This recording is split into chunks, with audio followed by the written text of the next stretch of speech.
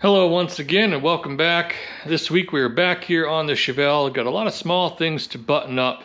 If you watched last week's video, you saw we got this thing back on the road for the first time since the incident at the track. Seems to be running pretty good. Just a lot of small little things to button up. So we're just going to start here at the front. Going to go ahead, pop the hood here, try to get that valve cover off of there, pull the old Quadrajet off. Start seeing if we can tune on that just a little bit, and then we've got a lot of small other things to tackle as well this week. Looks like there's a lot of open test and tune days this month, so that could be in our favor. Hopefully we'll be back out at the track shortly. So under the hood here, I seem to have quite a bit of an oil leak just accumulating here on the passenger side. Everything I can tell makes it seem like it's coming from this valve cover, so I'm gonna go ahead and fight with this thing, try to get it out of here. That last bolt right down there in the back is kind of a nightmare to get to. Definitely need to find a ratcheting wrench for that one. All right, let's use Mr. Milwaukee for some of this.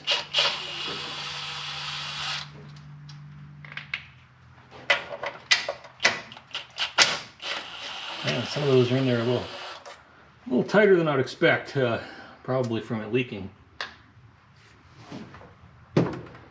And we're already going to have clearance issues, so time to get out the other wrench.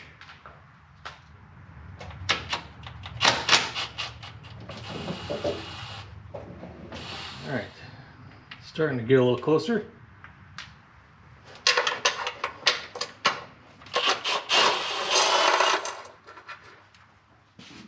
Alright, so for this job we're going to use my good old Icon Flexi ratcheting wrenches.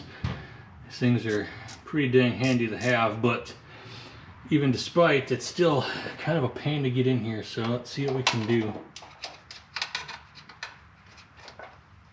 Should have probably thought more about this when I decided to put these tall valve covers on here, but you know, I thought they looked a little bit nicer. I thought they'd leak a little bit less, but that does not appear to be the case. I can see oil kind of coming out of the bolt holes of some of these things already, so not as oil resilient as I thought they would be. So I'm going to fight this and try to get this out of here. I'll bring you back when I'm done torturing myself. Alright, so now after a bit of an epic struggle here, let's try to get this thing out of here. It's kind of stuck down there pretty good.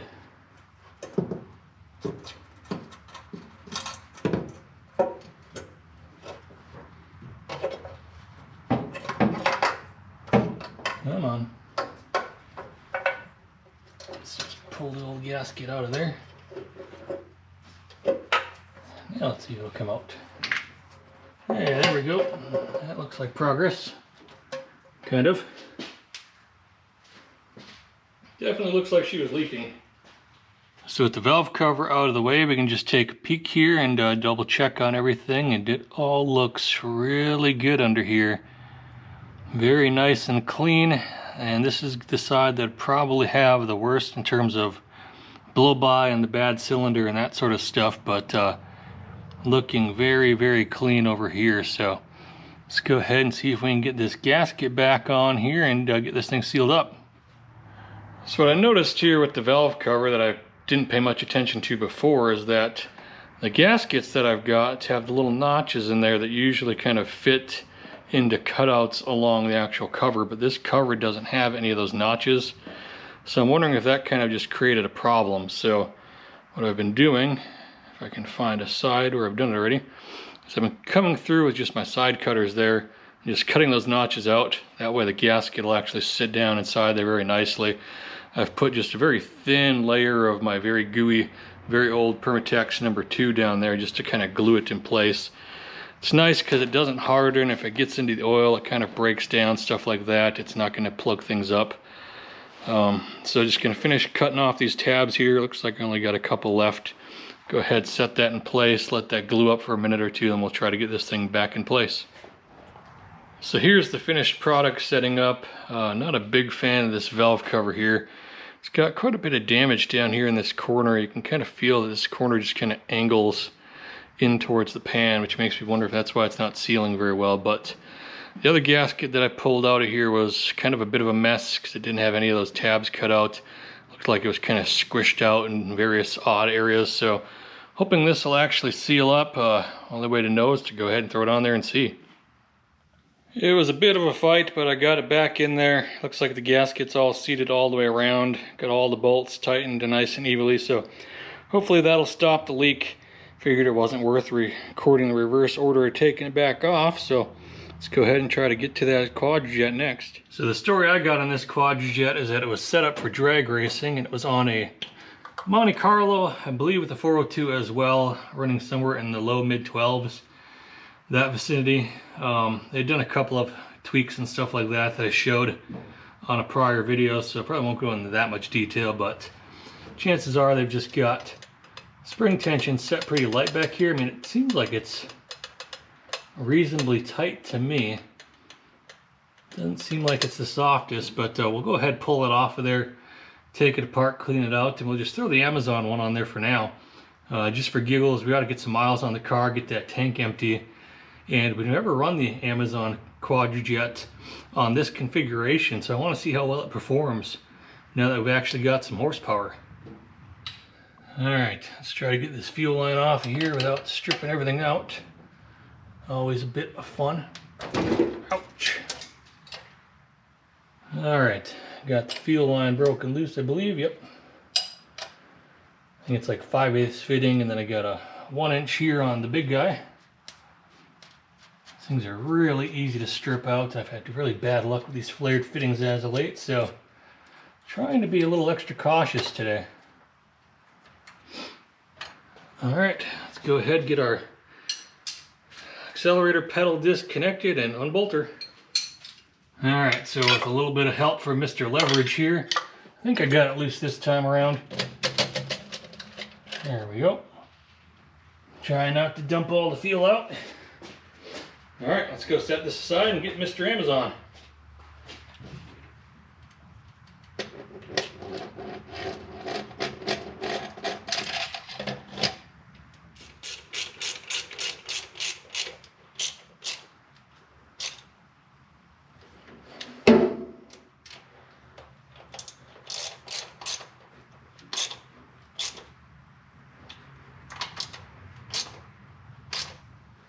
So here she is once again reassembled back in her Quadrabog glory, ready to hit the streets, stumble and starve once more. And yes, I did hear the rallying cries. The people were screaming it from the rooftop to go to the double pumpers, but man, they're just not cheap anymore. Even just trying to find a good cheap core, people want $400 or $500 just for a beat up, crappy 70s DP. I mean, we're not even talking a good modern like Brawler or XP or something like that. You look at them off the shelf, and I think the Brawlers are starting around 700. The XPs are over 1,000. That's a lot of dang money for a carburetor. I would much rather just go EFI at that point. I am way more familiar with EFI. I've got years of hacking computers and hacking EFI and building daughter boards and PCBs for EFI systems under my belt. I'm super comfortable with that. Carburetors are a little bit voodoo, and well, the Quadrajets are kind of the darkest of that voodoo. That's kind of why I like them. They're complex creatures, so we're going to stick it out with this at least for a little bit. Maybe if we find a good cheap core somewhere, we'll rebuild a DP, slap her on here and kind of compare, see how big of a difference it makes, see what everyone keeps clamoring about. But for now, we're going to go ahead and get this thing fired up and see if we've stopped the leaks and see how good this little Quadrajet does for us. Shoved her back out the door there just a little bit so I don't choke myself out. Let's go ahead and fire this thing up and see what that old Amazon Quadraboggle sounds like on this thing. So I got the old Amazon Quadrajet here fired up. Really didn't have to do too much to it. Just bolted her on and cranked a little bit until it got fuel in the bowls. Temperature is still cold right now, so she's a little unhappy. Probably a touch too low actually on the idle. Might bump that up just a slight touch, but overall not too bad. Let's go see how she sounds. Alright, let's go for a quick test drive with the Amazon Quadrajet.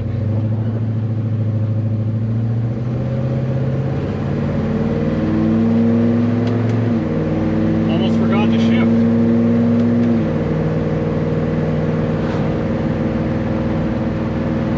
Still getting used to the fact that it's the manual valve body.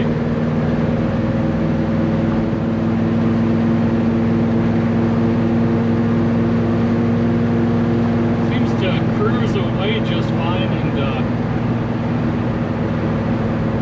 doesn't sound like it's struggling or laboring or anything, so not bad. Again, that thing is pretty much just as I bought it. I picked it up off Marketplace and never really touched it. Took it apart and looked at it, but that was about it.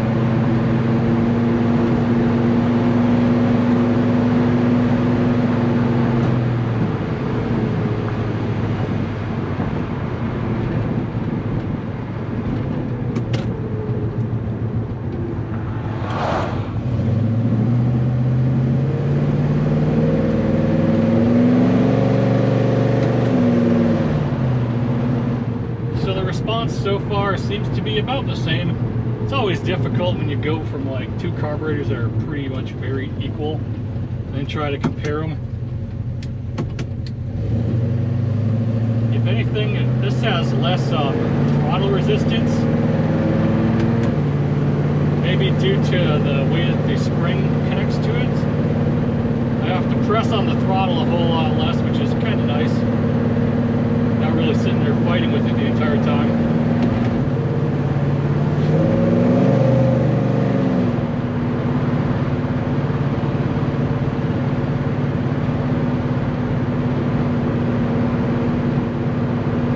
Maybe just a touch sluggish there on that little blip.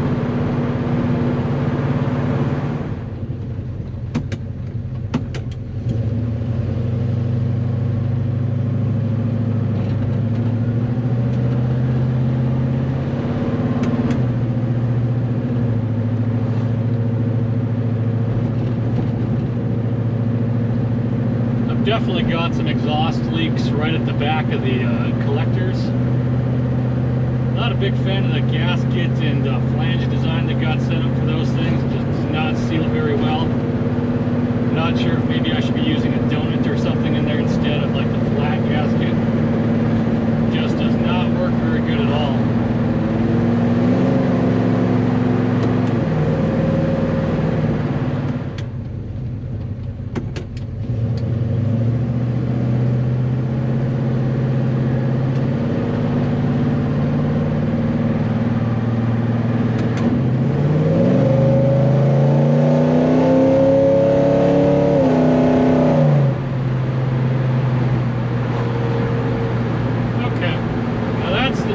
Difference right there between this carburetor and the old carburetor.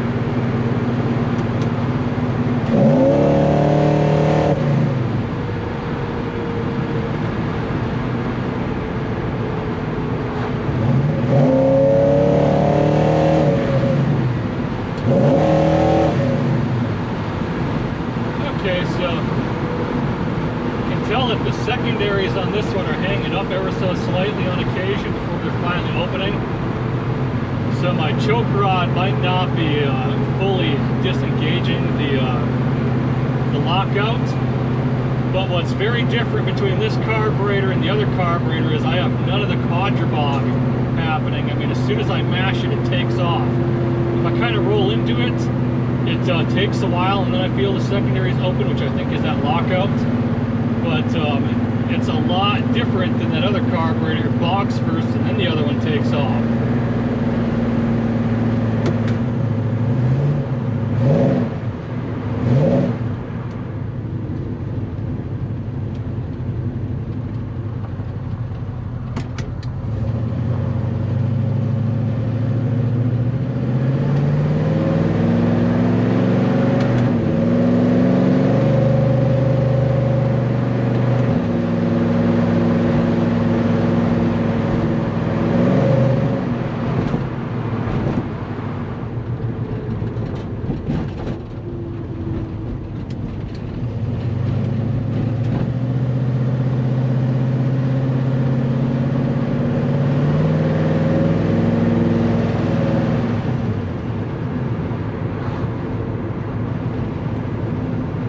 I noticed just a little bit of smoke in the car. It smells just a touch like transmission fluid. So I'm going to head back home. We'll take underneath the car and see if that leak hasn't returned. Definitely don't want to be risking this transmission, so I'm not going to take any chances.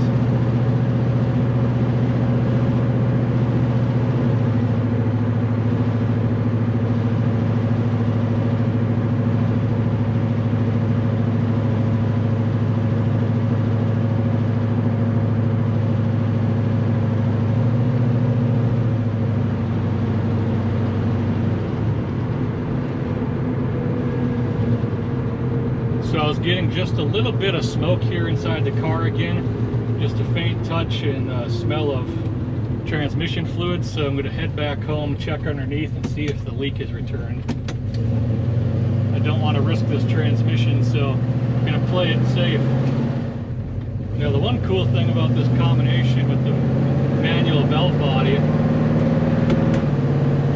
is that at these low RPMs, you really don't feel the shift. It gets absorbed by the torque converter. The RPMs just barely change because you're just under the stall. You really only feel those really solid, firm, hard shifts when you're at higher RPM, but it makes it really nice and easy to drive on the road like this. It's not super aggressive or just very harsh. I've been in some cars with really big converters, or really tight converters, I'm sorry, and manual valve bodies, and every shift it just feels like it's throwing you around. So this is just really tame for the street.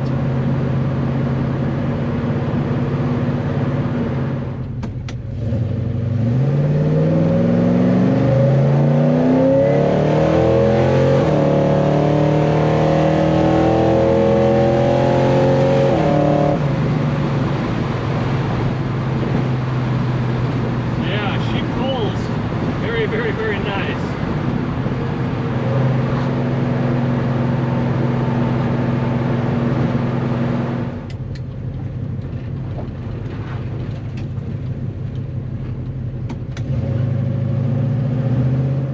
So I noticed a little bit of smoke in the car as we were driving around, especially on that last pull. I think I might have a little bit of a trans leak again, so I'm gonna hop underneath the car here, check on that right quick. Well, unfortunately, my fix there was short-lived. Back underneath the car here, out on the test drive, I started smelling a little bit of smoke, and I knew exactly what was going on. That hard line is leaking once again, so I'm gonna try to see if I can find a more permanent, or well, temporarily permanent solution to this. Probably just gonna see if I can get those AN fittings back in there and see if we can make something work. So I'll be right back. So today is going to be one of those exceptionally rare days where I get to tell my wife that I've actually used some of the stuff I've been hoarding and holding on to for the last 10 to 15 years. I mean, you can tell I've got that problem just looking around my garage with the stuff just everywhere, but we're finally going to put some of this stuff to use. I've got a bunch of AN fittings here, an entire kit. I believe I actually picked that up for my 30 AA when I was installing the trans cooler on there. I've got a separate cooler mounted under the bed in the rear, keeping it far away from the radiator because that thing would overheat and then it'd puke tranny fluid. But getting back on topic here, I think I've got a couple of different size hoses, hose chunks, plenty of fittings. So here is actually the fitting that goes in the trans. The transmission came with 6 AN fittings in it already. I stupidly took those out and put in the flared or inverted flare fittings and went back with the hard lines because they were already on the car, but clearly that's not working out for me. I've just got it here in this 90 just so it doesn't roll away, but super easy to get the fittings in and out from underneath the car. Super tight trying to tighten up that inverted flare fitting as we saw last week. So I think that's why I'm going to go with just AN, replace at least that lower line for now, maybe come back another day to replace the upper line, but it seems like it's working out okay. So as you can see, I've got a couple of 45s here, a couple of 90s. I think some of these are for different hose types. So some hose, let's see, this kind of has like a rubber core to it. Then other hoses, like that one there that's cut, or this one here, has kind of a thin plasticky Teflon style hose. So you have to pay attention because the fittings where it actually goes up inside that rubber hose, they'll be slightly different. So you just want to make sure you have the ones that fit correctly. And it'll also be an absolute bear trying to get like the threaded portion here onto the top of the hose if you have the wrong ones. So always important to make sure you've got the right fittings. I believe these two here, which are already set up, are about 5.5 feet on their own. So maybe I'll see if that's approximately close. So let's go ahead, get underneath the car, get the old hard line removed. I'll kind of measure it out, figure out what we need, and then I'll start just routing the new line, basically just attaching it directly to the old line and make our way towards the radiator. then I'll have to get creative there and try to see if I can come up with a fitting that'll fit into the radiator. Looks like we got some really sharp 90s in here, so if I can get one of these to work, that'd probably be really nice, as opposed to the kind of longer, more standoffish curved bends. So back underneath the car here, I've just been following the hard line. It's the bottom one there in the back that's leaking. Comes up this way. So this one here, it's floppy behind the other one. This kind of wraps up there, and then it's screwed in where we can't really see it. But I have gone ahead and loosened up the bolts there. It's probably gonna start dripping on me. So I'm gonna go ahead and get a can underneath here, try to catch all those droppings. Of course, it couldn't be the other line here. That one's already got a piece of rubber on it at the top. If you remember, that one used to leak on me like crazy before. It's got to be the bottom one that I never had problems with before. So just can't seem to win, but gonna go ahead, try to get this out of here, out of the way. It looks like a pretty short run, so I can probably get away with that 5-foot pre-made section. We'll just go ahead and use that up and save on that longer section. No use cutting up a long piece of hose if you don't need to, and it'll save me some time so I don't have to do the fittings either. All right, so I got it unbolted. I got it pulled down here so I can try to pull it straight out of the car back towards me. Now these are stainless lines, and one of the problems I think with these stainless lines, especially for these flared fittings, is that stainless is extremely, extremely hard. So you got this nice flare there on the end, which you pretty much need hydraulic tools to do. Oh, got a little bit of fluid dripping there. Won't try to bend on that too much. But then you've just got typically like brass fittings on the back there. And I think that's what ends up causing some problems, is that you have these nice soft fittings, these nice hard lines, and you just try to wrench on them a little bit to get them to tighten up, because it's obviously stainless steel. A little hard for it to seat sometimes, and they just strip out super easy. They don't seal the greatest. That's why I like using that aluminum stuff. I've got a bunch. If I can do short runs with that, it's super easy to work with. Super flexible, doesn't really destroy your brass fittings. Or they have that copper nickel composite stuff. That's really good stuff too. So enough rambling, let's go ahead and try to get this out of here. So looking over the header here, we can take a peek at our fitting situation. Got the AN adapter installed in the transmission. Got the pre-made line temporarily connected here. Just using the straight fitting. It seems to work fine. Looks like it might be a little bit too long, so let's go to the front and check that out right quick. So I've got the pre-made cable connected there in the back, and as you can see, it's just a touch bit too long, so it kind of sticks out way past where I need it to be. And there's no really good way of routing this where it'd be out of the way to take up all that excess slack, so I might just go ahead and switch over to the black and just cut it down to the size I need, because this is just a touch bit too much. I replaced the pre-made hose with one that I cut the length here and made on my own. You can see that I've got it zip tied all the way to the hard line, all the way back. Got it connected back there as well. Everything looks pretty good, so I'm gonna just shove this up on top, go ahead and connect it from above, and I'll show you my fancy fitting that I need to put in the radiator above me. So this guy here is going to be one key critical component to all of this. As you can see, it's inverted flare on the back to AN on the front. Hoping I can thread this into the port there on the radiator, and this will allow us to adapt to the AN fitting. Hopefully this fits and it doesn't leak. Alright, so here's what we're working with up top. As you can see, I've got my adapter fitting in there. Fits in there just beautifully. There's a couple of different sizes for this, for these inverted flares. I think there's like 5/16 and a half or something along the other. So whenever you're on Amazon thinking about ordering up different size fittings, just get them in all the different sizes. That way you know you got them on hand. So got my nice cable here routed, zip tied all the way up down below. Just gonna go ahead, get everything tightened up. So I took the car out for just a quick drive. Now I'm back underneath just checking for leaks. First glance, things look pretty good. Just making sure that nothing was leaking at the radiator fitting there. I don't see anything up here. I checked it from up top as well. Nice and clean there. As we head towards the back, again, you can see the transmission is clean. On the side, the transmission looks clean, and if we look up at our fittings, all of our fittings look clean. So finally, I'm very happy to report I've taken care of the transmission leak. Looks like I still got a little bit of oil coming from somewhere. Really would like to figure out where that is. It looks to be only on this left or That's underneath the car from my perspective now. This would be the right or passenger side of the vehicle, but like on the starter there, you can see a little bit. So I really want to try to track where that's coming from. I did go ahead and replace on that valve cover, and it looks like it slowed it down a bit. You can see I goobered up the front here because I had a little bit of a leak from there at one point in time. But other than that, car seems to be doing really good. You know, they say when you hit 40, you should get a colonoscopy.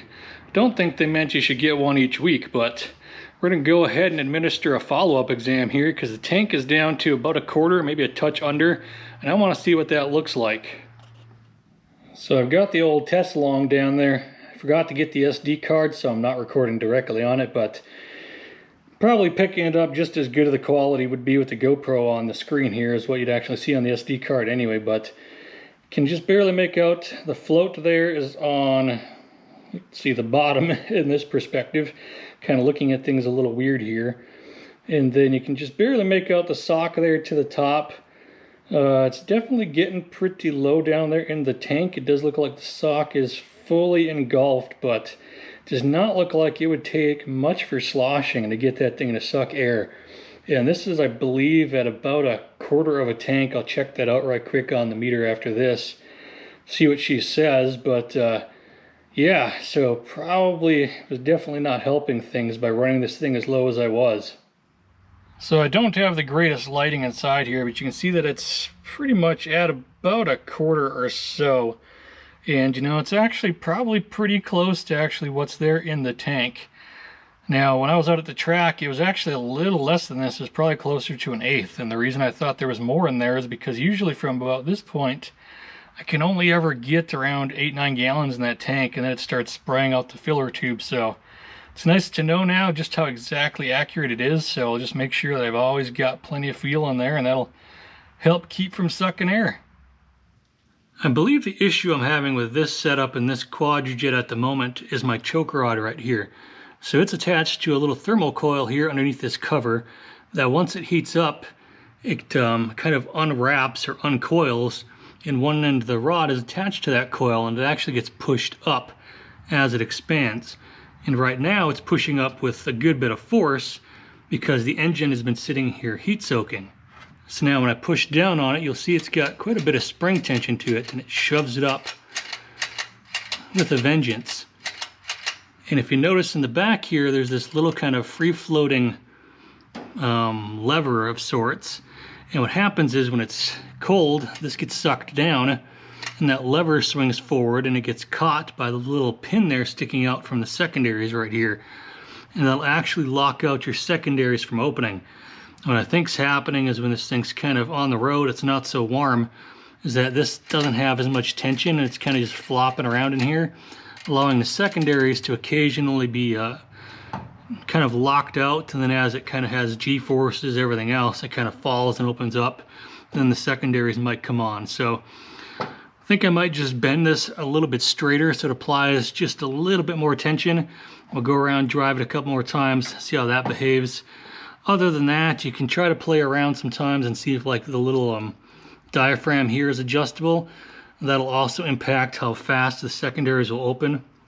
Stuff like that kind of works as a dash pot. So a couple of things we'll check. I don't think this one's adjustable, so I don't think I can really do anything about it, but probably just gonna try the simple fix of straightening out that little rod a little bit and see if she just wants to accelerate a bit quicker and not have a little bit more hesitancy to her. But the nice part is that the secondary door seems to be adjusted pretty good. I mean, it could be a little bit too tight. That can also make it feel a little lazy.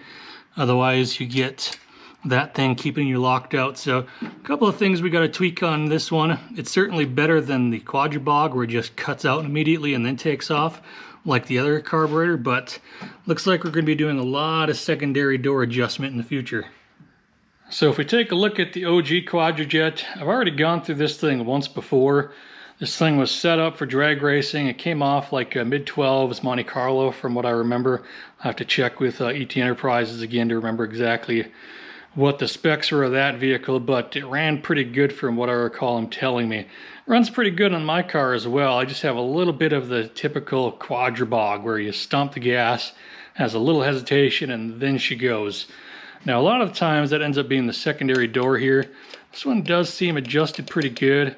I did check this all based on the book, How to Tune and Adjust Rochester Quadrajets. Very, very good read if you're going to be going through a Quadrajet like this. And I thought I had this one pretty dang good. It felt good as it was, so I really didn't want to make any changes on it of my own. But what could be happening instead is that maybe we're just getting a tickle too lean or something like that. So probably just going to go through this once again before I come through and make any adjustments. See if like the power valve there is doing okay, not leaking, anything like that. Make sure everything looks nice and clean in there. So that way we're not kind of chasing the issue and we just kind of narrow it down. But the way you adjust on that door tension here is this little screw right there. You basically just turn that either direction, that adjusts to the spring tension there. But there's a set screw right here underneath that actually presses against that one there that stops it from rotating on its own. If you loosen this without something holding that in place, it'll just back off on its own and you'll be really screwed. I always recommend you have a screwdriver on this one first before you back off the set screw. Then you can kind of just barely tweak this in either direction. You don't want to make big sweeping changes on that thing, but I think I'm just going to go ahead and go through this thing first. But for now, I think I'm going to focus on the one that's on the car and some of the other issues we've got going on, and we'll come back to this a little bit later. So let's just quickly go over the Quadrajet right quick. I know everyone keeps telling me to get the double pumper, but the Quadrajets here can be pretty dang good carburetors when they're set up correctly, and they can run some pretty decent power. I don't think I'm anywhere near the point of maxing out a Quadrajet just yet. They're great for a car that does street and strip, which is exactly what we do with this thing, so ends up working out pretty good overall. Now, they do catch a lot of flack. They have some limitations and some design elements you got to be aware of. One of those is that they have a relatively small bowl size, and they only have one needle and seat that provides fuel to that bowl. So everyone talks about how you can starve them because of the tiny bowl, stuff like that. It's not necessarily because of the tiny bowl necessarily. It's because you're fighting a balance of too much pressure on the backside when the needle and seat are closed versus how much volume of fuel you can actually get back into the bowl once it starts dropping. So if you can balance that out, you'll keep that bowl pretty much full as it's draining out. It won't fall behind. Eventually, obviously, it'll hit certain power levels where it's just sucking too much fuel. You can't keep up. And then you're fighting with too much pressure when the float's actually closed, it's blowing through the needle and seat, that sort of thing. That's the benefit of having large bowls, having two fuel inlets, stuff like that. You have two different paths where fuel can then enter back into the carburetor without having it just overflowing and putting too much pressure on one needle and seat. But probably a bit too much detail for what we need to get into. So the way that these work, obviously we're looking over here on the driver's side. Got the linkage set up here, throttle cable on top, spring return there on the bottom. This rod here goes up to the accelerator pump, which is over there disconnected. This little guy here, we'll inspect on that in a second. The throttle plates on this are set up in a progressive fashion. Primaries will open slightly, maybe quite a ways before the secondaries get engaged. You can see that this rod here connects to the secondaries back here. They're spring loaded as well. And so once you get to a certain point, the primaries will then start opening up the secondary plates. And the reason they're spring loaded is because, well, once we turn it to the other side, we'll see here in a second, but there's a couple of things that kind of work all together in terms of these secondaries and when they can and cannot provide air to the engine. So on this side here, we've got the secondary shaft with a pin running through it, and it's flattened there ever so slightly right at the front. And normally there would be that cam right here that's called the lockout cam.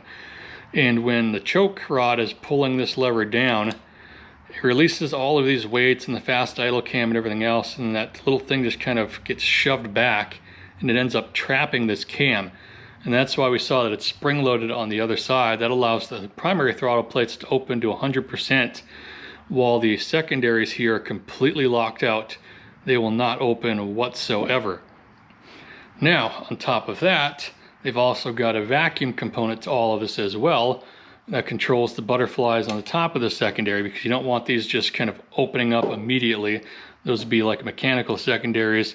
For efficiency, other things, they try to balance vacuum, engine load, stuff like that to determine, do I really need the secondaries, and if so, how much do I need the secondaries? And that works through this dash pot right here, and there's a rod that connects from there over here to this little lever on the secondary door. And they make a bunch of these dash pots. Some are plastic, some are metal, some are adjustable, stuff like that. And you can adjust the timing. So when it's under vacuum, it gets sucked in, everything gets closed off like this. It'll pull that lever in, which will force the doors closed there on the secondaries. And then when you hit wide open throttle, it slowly releases. It slowly opens up.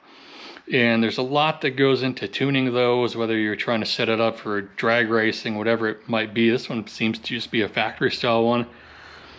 I think for most of my reading it said you wanted to be around like 1.5 seconds, 2 seconds, somewhere like that for a good street driven car. Somewhere around like 0.5 second to 1 second for a pure drag car. Something of that sort. So I'm not very good at counting in my head here. That's maybe 1.5 seconds, 2 seconds. Seems pretty good. Then we've got these kind of weights back there that when the choke rod's up and you kind of have the throttle pushed, the weight arm in the back falls down and that gets caught and triggers your fast idle cam. That actually holds the throttle plates open ever so slightly for the next time you fire it up. If you push the throttle, that cam will obviously pop up, drops off a fast idle.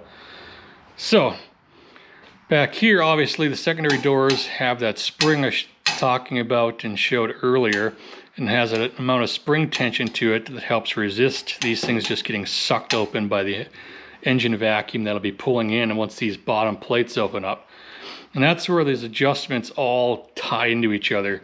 You got to pay attention to your dash pot here as well as the spring tension back there, because if your dash pot's blown out, it'll just kind of open up immediately and you're just running on spring tension alone. In fact, some drag racers will just run without that linkage and they'll just go out there and send it like that, and that way the secondaries open up immediately. It kind of operates like vacuums or mechanical secondaries where there's no kind of delayed release to it. But on this one here, it looks like we have pretty slow release. But when the vacuum is sucking, it's also going to be fighting, trying to pull this rod open, which is going to pull your dash pot open quicker. And that's where you get into adjusting the spring tension that I was talking about before. Underneath there, you can see that little set screw, tiny little Allen head in there, kind of a pain to get to. And then there's the screw right there that you actually just put a little screwdriver on, and you just turn it left or right to adjust the spring tension. So if I don't find anything too obviously wrong here with the carburetor, I'll probably just go ahead and tighten up on that just a touch, maybe like 1/8 of a turn, probably even a little bit less than that. Small adjustments go a long way. So it seems like I get pretty lean on tip in here, so I just wanted to make sure that my accelerator pump here was okay. Everything looked good in this carburetor when I took it all apart the last time. I had put in a new top gasket, but I really didn't do anything else down beneath because it all just looked really good. I didn't even change out on the accelerator pump here because it all looked really nice. It was nice and pliable, extremely flexible. It's not hardened or anything, but maybe I'll go ahead and swap that out for one of the blue ones. I think the carburetor has fuel in it right now, so. And I can feel good resistance. Oop. Yeah, so definitely works pretty well. So it doesn't seem like it's leaking or anything like that, but maybe it just doesn't seal very well at the top of the top side of it, something like that. But I'll go ahead and replace on that. Probably just going to go ahead and pull this down a bit further. If there's anything to point out, I'll start recording that. I've been rambling on here just a little bit already, so you've already seen me go through these before, but I'll let you know if there's anything of note. So I did end up finding something pretty dang interesting, and maybe my luck has changed ever so slightly. So I went through the bowl, everything like that, took the floats, needles, all that stuff out. Everything looks beautiful. It's super clean in here, just the way I remember it from the last time I had this thing apart. It looked like someone had gone through, cleaned it all up, and just put it back on the shelf, and it was just great looking. And pretty much I only went through the top of the carburetor the last time and replaced the gasket and stuff like that on the top. It's still running the original gasket on the bottom base here that it had. And so I was planning on just swapping that out and just taking everything completely apart. And as I was about to do that, look at this. That's how loose it was. I didn't take these screws out so far. I have not touched them. Those screws are fully backed out flush with the bottom of the carburetor here. So thankfully the gasket I've got is the type that fits on there pretty tightly and kind of jets in from the sides. So I think those screws probably backed themselves out and were sitting on the gasket. Otherwise, they'd have just worked themselves right out, fallen into the intake, and that'd have been a bad week for sure. So pretty dang wild. I do not remember touching these screws at all because I don't think I was in this bottom end. I'll have to go back and check the video, but I definitely wouldn't have left them like that if that were the case. So gonna go ahead and probably replace on this gasket down here, put some Loctite and stuff like that in those screws, make sure they don't move at all, and put this thing back together. But very, very interesting. Maybe if I was getting a vacuum leak, something like that, from this bottom base being loose, that could definitely explain why I was having those tip-in problems, stuff like that. So here we have the base plate, and I made a point of mentioning earlier that it's a progressive setup, because another point that you can tune on is over here. It's that little tab right there. That little guy, if you can watch it here, moves with the throttle itself. It's attached directly to the big primary throttle linkage. So once it starts turning, you'll see it ends up hitting that other lever right here. And that's the one that's attached to this rod that controls the secondaries. And by bending on that, you can change the rate of the progressiveness. You can change when these plates start opening up relative to the throttle position. And as we can see, it looks like someone's bent up on this one pretty good. It's kind of bent away, so that would mean that the primaries would open further before the secondaries come on. So maybe I'll try to straighten up on that a little bit as well. It's one of those things where you get a carburetor that was probably set up perfect for the car it came off of, so maybe just trying to go back to basics and then modding it a bit more towards our needs will just be a better base to start from instead of just hoping that it works as it is. But other than that, didn't really notice anything else out of the ordinary.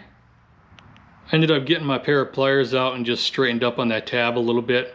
Now it's not going to make a huge difference, but with carburetors, sometimes the small little things will end up getting you. So just doing my due diligence here, just trying to get it back to a good base quadribog, and we'll see how she performs from there, and then we'll come back and do any more tweaking we may need to do from there. And here it is, all back together again, ready to bog another day. Now there's a ton more that goes into setting these things up and tuning on them. Didn't even get into the jet sizes. So the primaries are adjustable.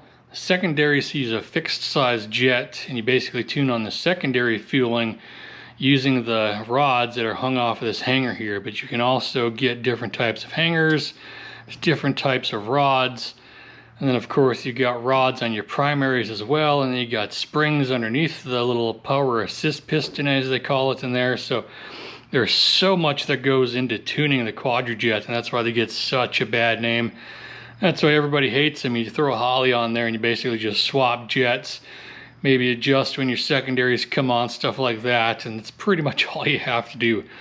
Much simpler than these complex creatures, but that's gonna do it here. I think she's all ready to go. It's about 100 degrees out here in Michigan. I am absolutely dying. Got a bit of a headache, so I'm gonna call it a day and just end it here. So unfortunately, I got to cut this week a little bit short. If you read the comments last week, you may have saw me joking that I probably used up all of my luck for the year last week, and well, this week certainly seems like it. Was down most of the weekend with a migraine, so I wasn't able to get out here and work on this thing, and just these small little things, they will come back to haunt you and get you, and they just eat up a whole lot of time. But happy we got the transmission cooler situation taken care of. It seems like that's not leaking anymore. Got that new valve cover gasket on there. It seems better, but still got a little bit of leak. Gonna try to figure out where that's coming from. Was really hoping we'd be able to get to this other Quadrajet, kind of compare these things one to one, but that Amazon one is sneaky good. I'm thinking with the changes I made to that, she might actually be just a touch better right now than what I remember.